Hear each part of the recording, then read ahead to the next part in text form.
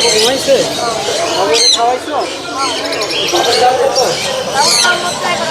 11,000। আর এই যে কাবিনেটা আছে? দশ। একদম না, সানের দাম অনেক কম, কমাইছে। 9,000 টাকা। আমি আজকে হাটে আসলে পেয়ে যাবেন আপনারা। ভালো খাবার দিলাম, ধন্যবাদ।